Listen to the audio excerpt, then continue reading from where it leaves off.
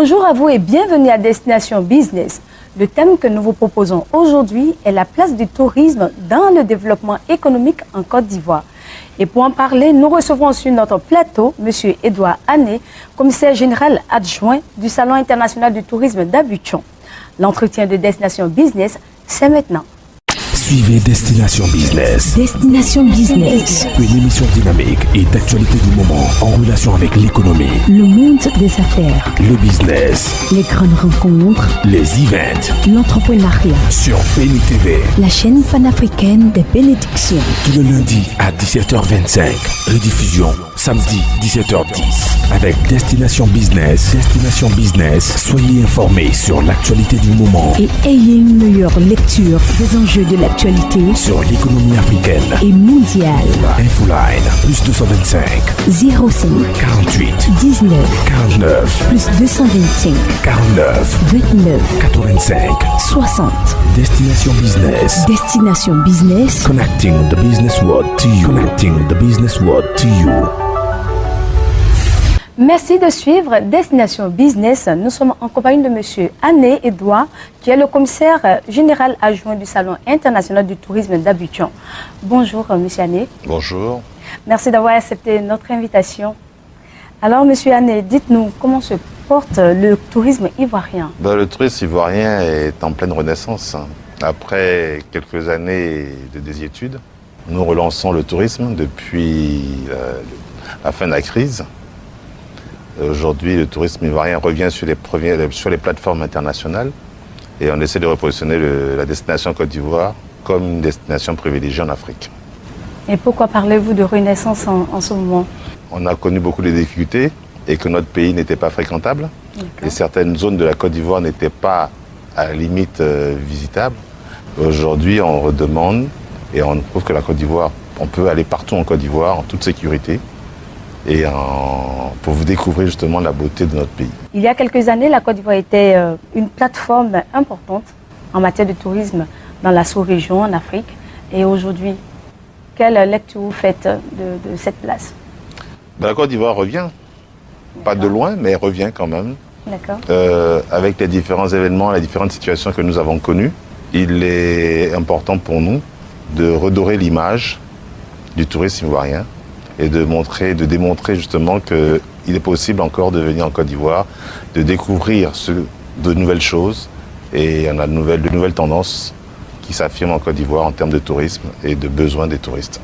Alors quand vous parlez de redorer l'image de la Côte d'Ivoire, vous faites allusion à quoi? Juste à une crise qu'on a connue, qui a fait que sur tous les plans de vue économique, la Côte d'Ivoire n'a pas été beaucoup fréquentée par les étrangers et même par nous-mêmes Ivoiriens, parce que le tourisme national, on n'osait pas aller visiter certaines villes, certaines parties de la Côte d'Ivoire. Aujourd'hui, toutes ces zones-là sont ouvertes, la sécurité y est, les hôtels sont ouverts, les sites touristiques sont ouverts.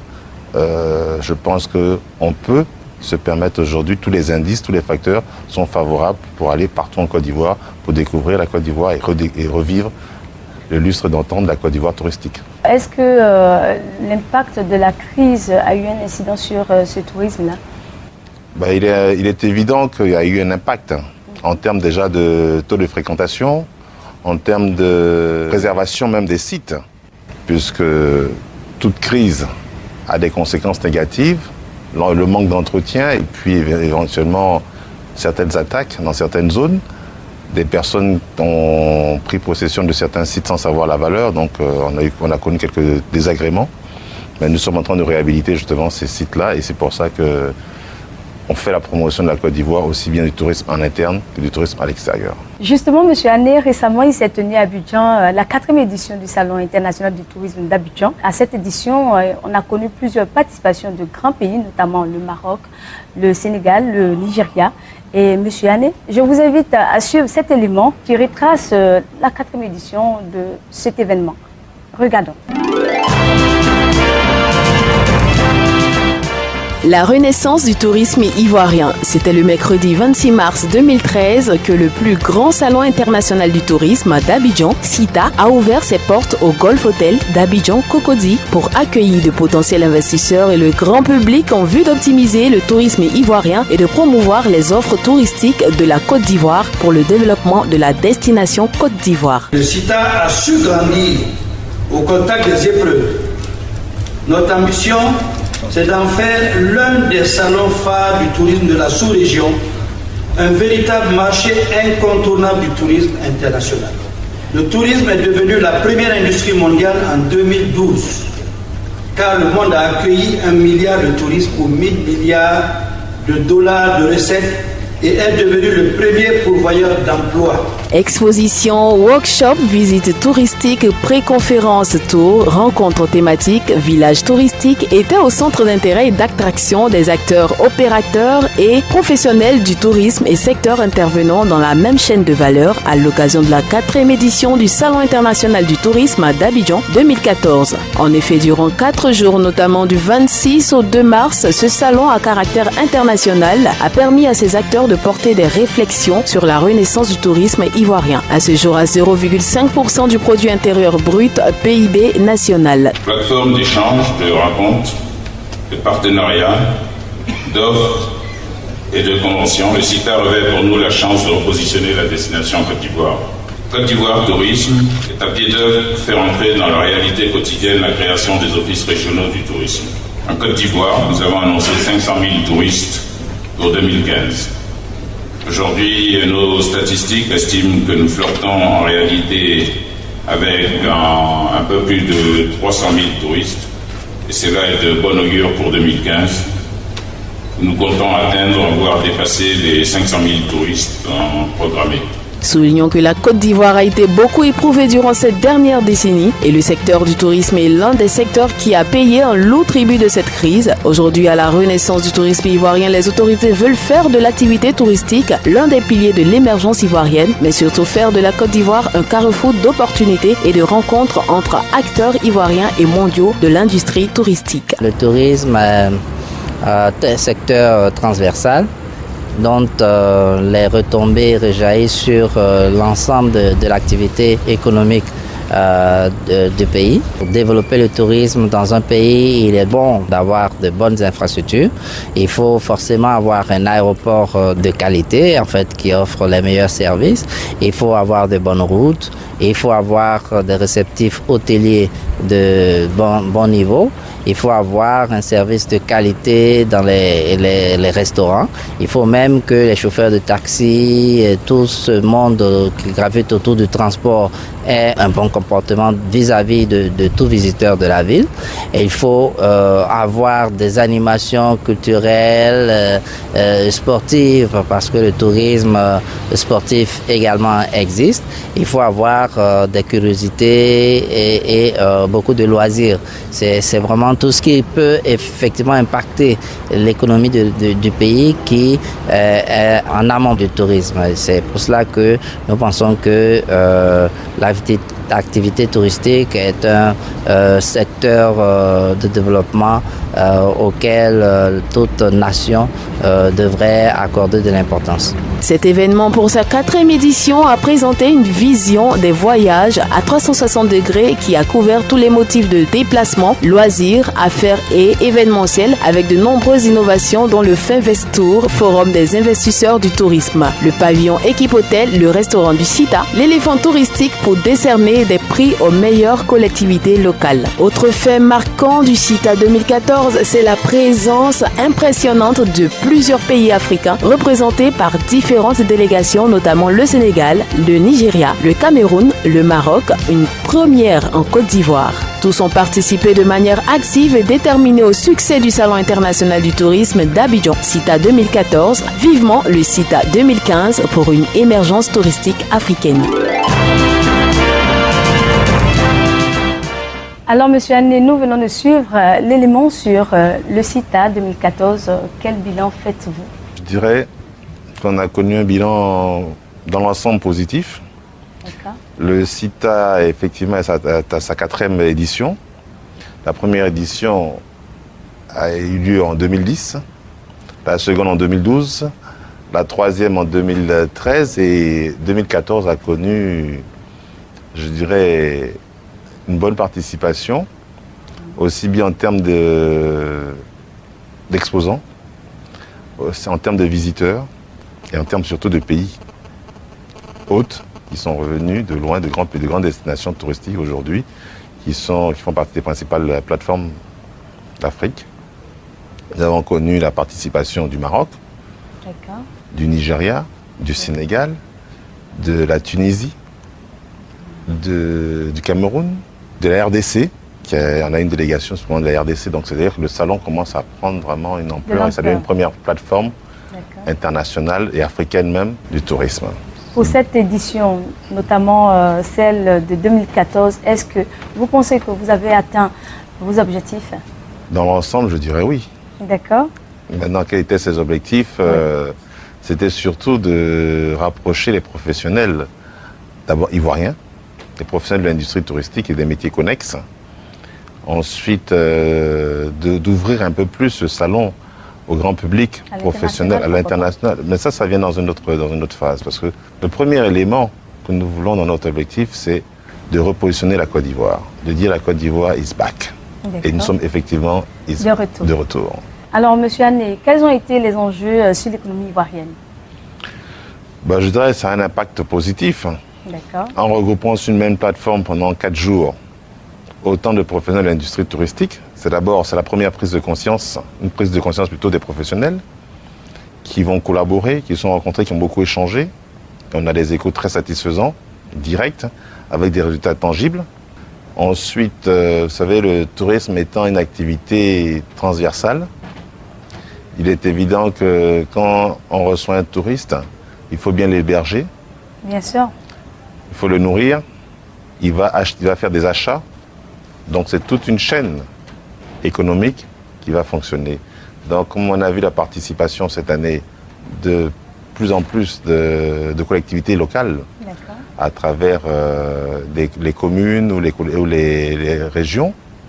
On avait la région de San Pedro, on avait la commune d'Adiaké, on avait la commune de Dabou et bien d'autres communes qui ont participé. Assini, qui est venu justement avec tout son potentiel touristique.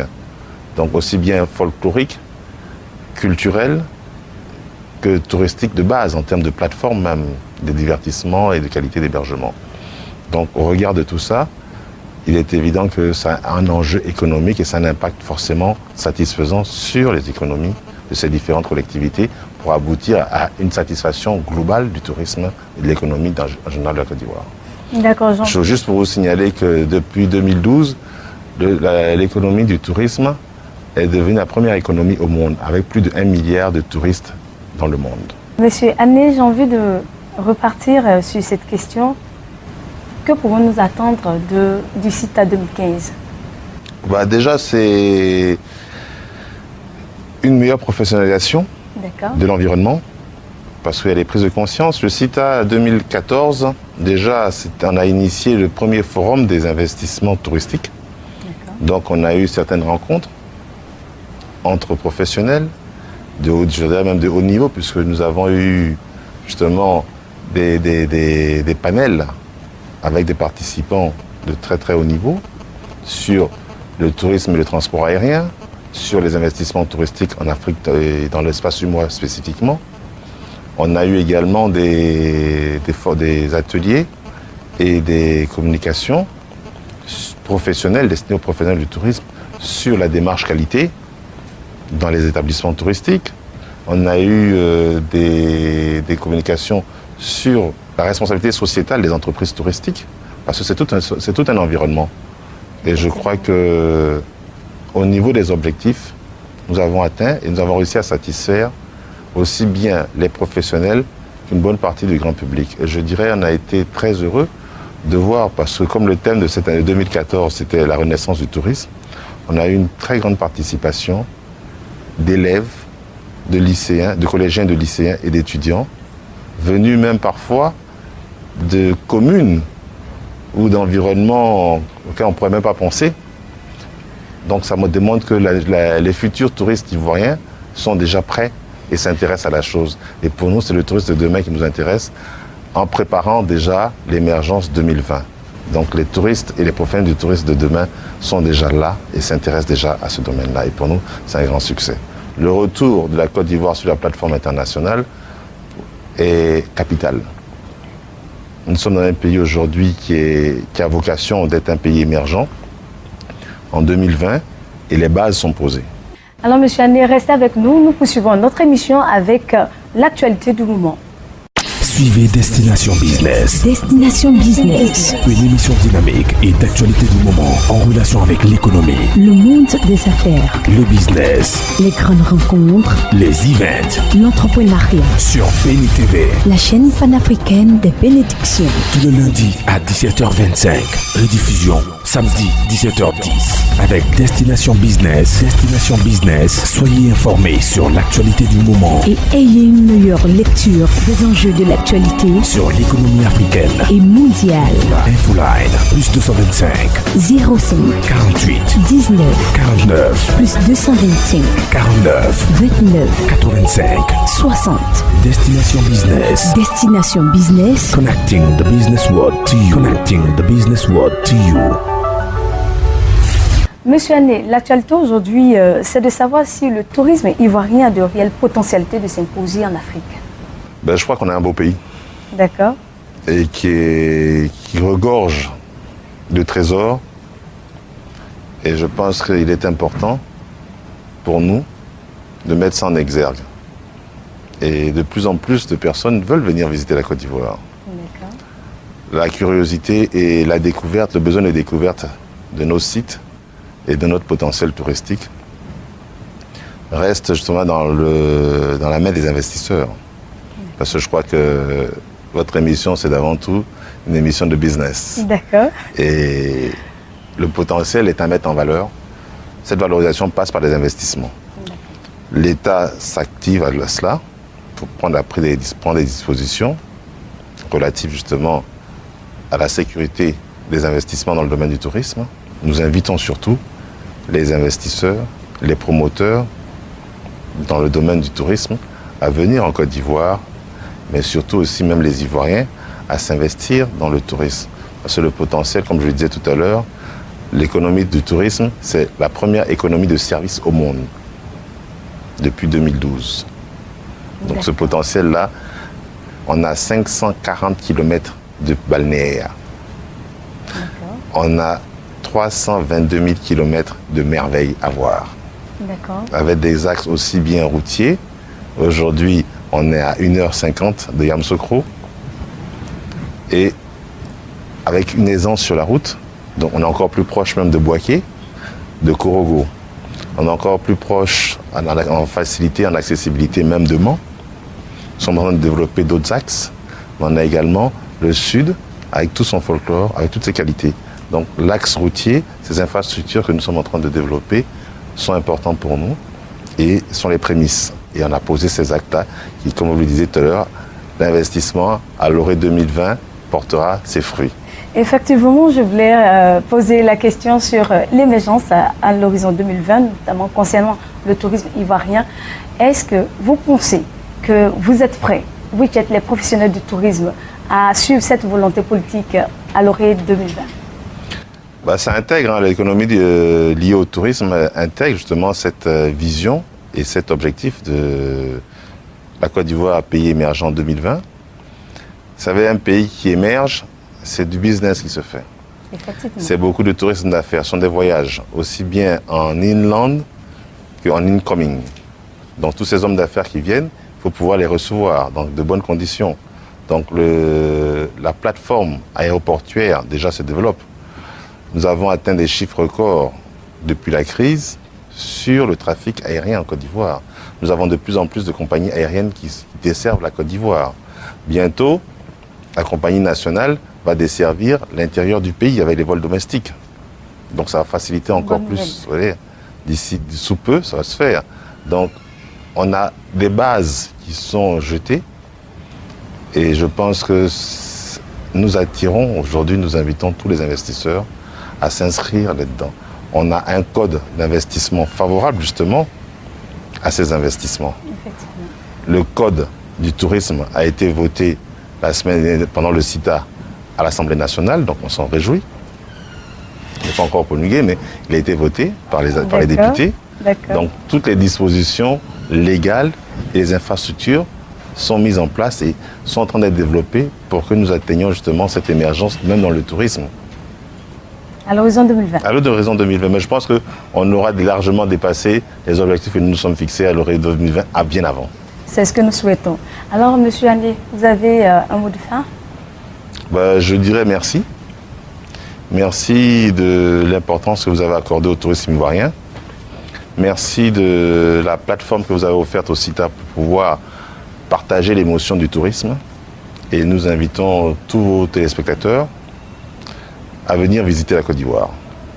Et comme je dis, que le tourisme ivoirien soit béni et que votre télévision également soit bénie. Comme l'a dit M. Ané, que le tourisme ivoirien soit béni et que Ben TV, la chaîne panafricaine, soit bénie également. Si ces échanges sur l'actualité du moment en relation avec l'économie vous ont renseigné et vous ont informé sur le tourisme ivoirien et ses perspectives d'avenir pour l'Afrique et même pour le monde, un seul rendez-vous, Ben TV, la chaîne panafricaine. Et n'oubliez pas de voir votre émission sur www.beni.tv. Au revoir et à très bientôt.